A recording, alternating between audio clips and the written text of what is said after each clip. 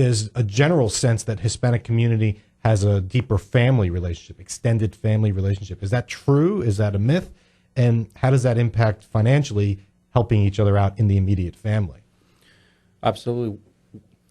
We can live with mom, dad, uncles, aunts, and cousins. We're going to have 25 people in our house, and that will be perfectly okay.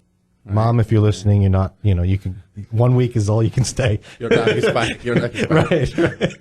Right. So, yes, we're very oriented with the family. We're very attached to everybody, and we always want to help. And I wrote one of the articles also about insurance. Actually, it was called Latinos in Life Insurance, particularly because unless you've been in the community, like I've been for 11 years working with the Hispanic community, like the roots of the worker, the guy, like the blue-collar worker, you know? Yeah. And you start going to all the stores and the Mexican restaurants or the Puerto Rican, stores, all the time you find a jar. There's always a little jar with a picture of somebody that is either sick, disabled, that has cancer, that just died, and the family, unfortunately, has no means or no money to help the person. And all the family go crazy, like, now what the heck are we going to do?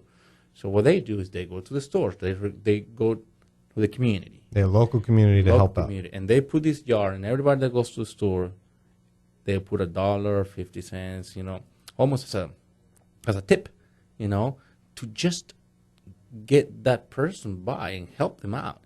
Well, if somebody would have said, you know what, if you can get a $15,000 life insurance policy to cover expenses of a funeral, you wouldn't be in that situation. So many times I dealt with people that they had, like in a rental house, they had fires or whatever. They didn't have rental insurance. I mean, it's $15 a month, but they don't know that exists because we just don't know. So we're talking about his ability, and we just don't have this in our countries. Okay, so I'm thinking, like you, how can you not have renter's insurance for a cheap amount in case the tragedy happens? Or, why not have a small burial policy if that's what you want? If you want to have a ceremony and it's going to cost $8,000, why not have a $8,000 or $10,000 life insurance policy? And it's cheaper that way than to go after the fact to the community. But why?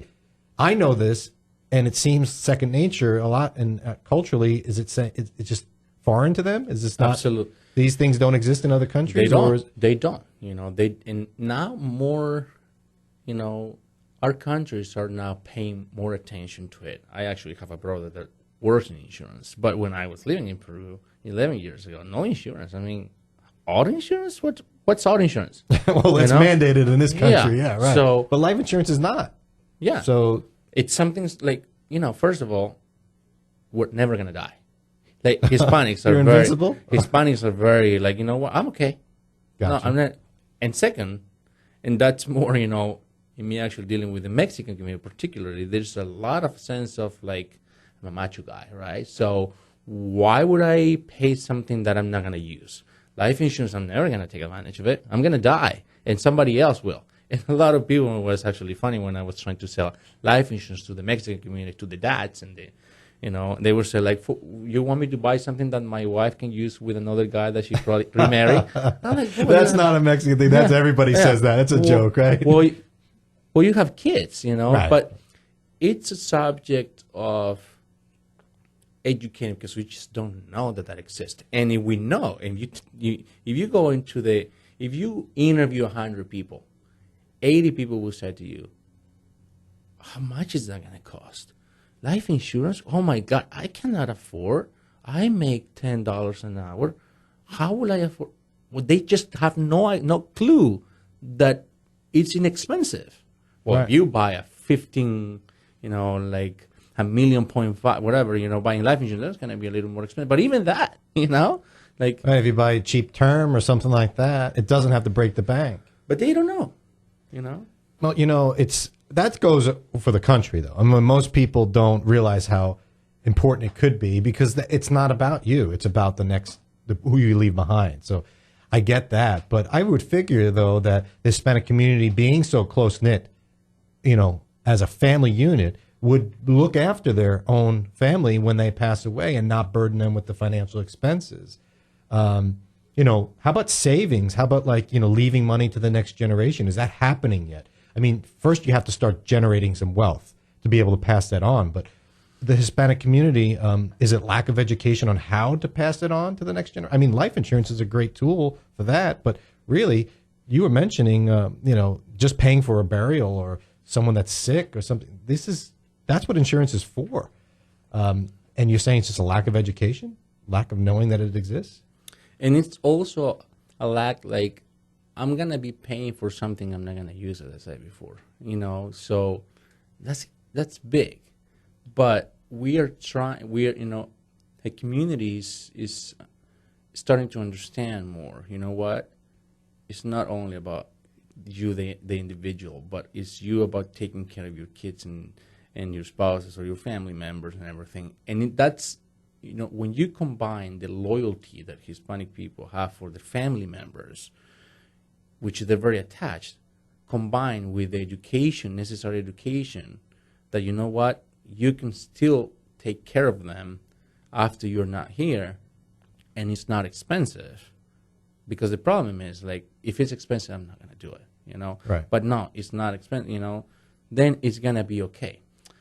I used to, every time I used to talk to a person, I say, okay, you're going to buy a life insurance for 25 years. You're going to buy a $500,000 policy for 25 years. It's a term. You're going to be paying the same amount. It's going to be $30 a month. $1 a day. You stop eating something, and you will be able to take, if during those 25 years something happens to you and you died, your family would get $500,000. Would that be okay with you? $1 a day. Sure, I can do that. Okay, how about we do that? Okay, so, but wait a second. How about if after 25 years I'm still alive? Well, you lost everything. What do you mean you lost everything? So I pay $30 a month. So I basically pay $360 a year, you know, $365 a year for a life during 25 years. And you're telling me that if I still alive at year 26, I lost all the money? I'm like, well, yeah, that's how it works. Well, I don't want that. Okay, so be sure that you die at year 24. Right? Well, that's the best time to buy life insurance is the day before you die, right? Yeah. But you're buying peace of mind.